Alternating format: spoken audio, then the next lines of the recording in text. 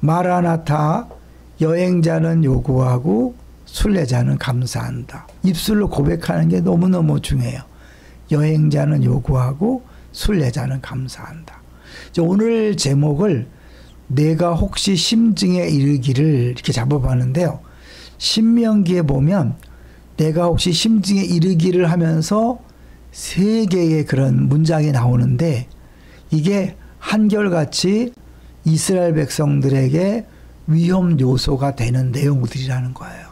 그래서 이 신명기 6장부터 11장이 제1계명 여호와를 경외하라는 그 여호와를 사랑하라는 계명을 풀어 쓴 건데 그 가운데 하나님이 제일 먼저 나온 것이 뭐냐면 이스라엘 백성들이 가나안 땅에 들어가서 잘못 생각할 것 세 가지를 염두에 두시고 말씀한 거죠.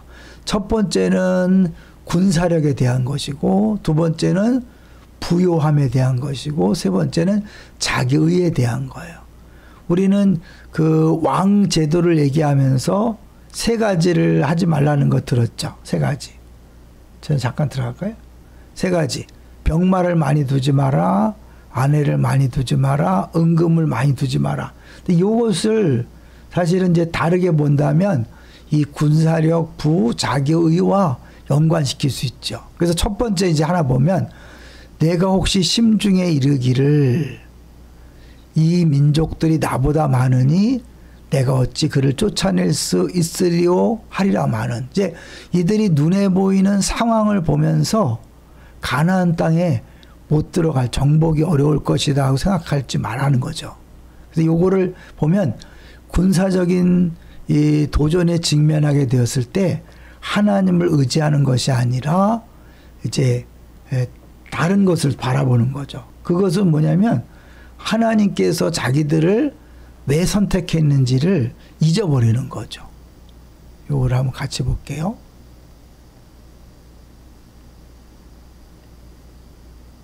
여호와께서 너희를 기뻐하시고 너희를 택하심은 너희가 다른 민족보다 수요가 많기 때문이 아니다.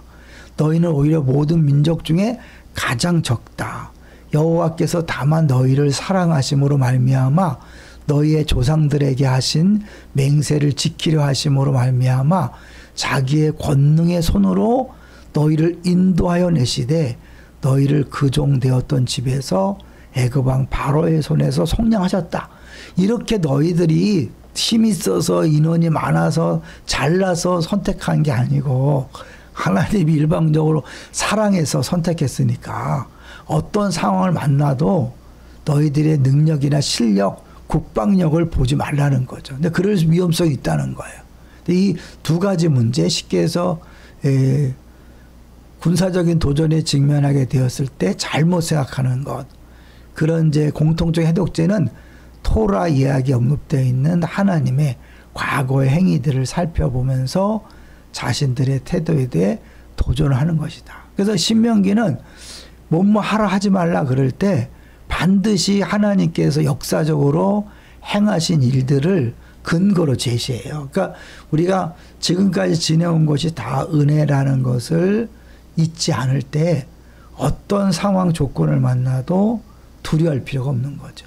염려할 필요가 없는 거죠. 다른 말로 뭔가 두려워하고 염려하고 걱정한다면 내가 어떻게 구원받았는지 여기까지 어떻게 왔는지를 잊어버렸기 때문이라는 거죠. 두 번째 심증에 이르기를 이런 약간 표현상으로는 다르게 보일 수 있지만 본래적으로 똑같은 거죠. 내가 심증에 이르기를 내 능력과 내 손의 힘으로 내가 이 재물을 얻었다 말할 것이다. 이제 많은 것들을 하나님 허락하셨더니 그것이 자기가 잘나서 됐다고 생각하는 거죠. 네? 그래서 경제적인 안정은 안락한 삶인 것 같지만 굉장히 위험하다는 거죠. 이건 이제 우리 서인동 목사님이 주일 설교 때 잘 말씀했잖아요. 하나님께서 베푸신 것들을 잊지 말고 기억해야 되는데 우리들은 이제 그런 부분을 자꾸 잊을 수가 있어요. 좀과 좀 편안하고 잘 되면 알게 모르게 자기가 잘나서 한 줄 알잖아요. 하나님의 말씀은, 자, 여기서 하나님의 말씀은 생필품 중에서 가장 중요한 것이다. 경제적인 번영에 있어서 정작 문제는 번영 그 자체가 아니라 진짜 위험은 망각하는 거다. 기억해야 되는데, 즉 현재의 번영을 바른 시각 속에서 바라보기를 실패하는 것에 있다. 지금 이제 우리 교회가 아주 잘 나가고 있잖아요. 어제도 석수교회 사모님 얘기하는데, 석수교회는 예전에 한창 잘 나갈 때 청년이 한 200명 나왔대요. 근데 지금은 한 60명밖에 안 나온다고 그러는 거예요. 이제 교회들마다 다음 세대를 많이 잃어버렸는데 하나님께서 우리에게 큰 복을 주신 거죠. 우리 모든 행사들마다 주님 일하심을 보는데 그 모든 것들을 볼 때 우리가 잘난 것이 아니라 은혜라는 것을 한순간도 잊으면 안 되겠죠. 제가 제일 먼저 잊으면 안 되겠고요. 우리 모든 리더들이 잊으면 안 될 것 같아요. 성공적인 삶의 이야기는 성공이란 것으로부터 시작되어서는 안 된다. 성공적인 이야기가 갖춰야 될 바르고 꼭 필요한 세계관은 삶을 하나님의 이야기 속에 넣는 것이다. 특히 풍요로움의 위협 속에서는 더욱 그러하다. 그러니까 내게 잘 되고 성공한 것을 우리의 능력이나 실력이 아니라 하나님 하셨다는 것을 절대적으로 기억해야 되는 거죠. 모든 것이 은혜라는 사실을 잊어버리면 끝나는 거죠. 이제 마지막 세 번째. 첫 번째는 군사력, 두 번째는 부요함, 그죠? 세 번째가 뭐냐? 세 번째는 이제 하나님께서 우리를 구원하시고 인도하셨는데 그것이 정말 다시 한번 내가 잘나서라는 거죠. 내 하나님 여호와께서 그들을 내 앞에서 쫓아내신 후에 내가 심증에 이르기를 내 공의로움으로 말미암아 여호와께서 나를 이 땅으로 인도하여 들여서 그것을 차지하게 하셨다 하지 말라. 너희들이 온전해서 죄 없어서 그 땅을 준 게 아니라는 거죠. 그런데 잘못하면 우리들은 어떻게 해요? 내가 잘났기 때문에, 내가 훌륭하기 때문에, 내가 옳기 때문에 하나님 복 주시고 은혜 줬다고 생각하는 거죠. 우리 이희상 목사 했던 것처럼 우연한 바리새인이 될 위험성이 있어요. 자기 의는 가장 심각한 종류의 위험이다. 문제의 본질은 상황 그리고 또는 자아의 의미를 잘못 이해하는 데서 발생하는 거죠. 우리가 죄인인 것을 잊으면 안 돼요. 절대적으로 잊는 순간 교만해지고 바리새인이 되고 그러면서 감사를 잊어버리고 교만하게 되면 끝나는 거예요. 왜? 교만은 멸망의 앞잡이고 패망의 선봉이잖아요. 자기 의는 이스라엘이 은혜로 얻은 것들과 자신들의 미덕으로 얻은 것 사이를 잘못 연결시키게 만들 수가 있다. 이런 맥락에서 이것은 공로에 근거한 종교를 강력하게 거부한다.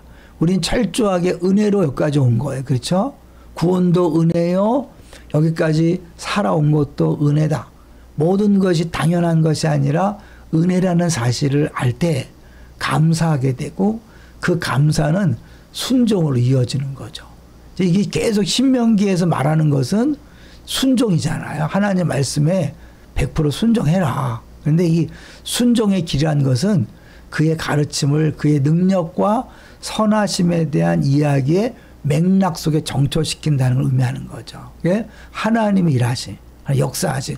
다음 세대는 언제나 하나님의 뜻은 그의 말씀 속에 언급되어 있는 그의 강력한 행위들을 기억하는 데 있다는 것을 배워야 된다. 우리도 끊임없이 주께 사셨음을 잊지 마십시오. 여러분, 지금 우리가 누리고 있는 것들 옛날에 한번 생각해 보시면 저절로 주어진 게 아니잖아요.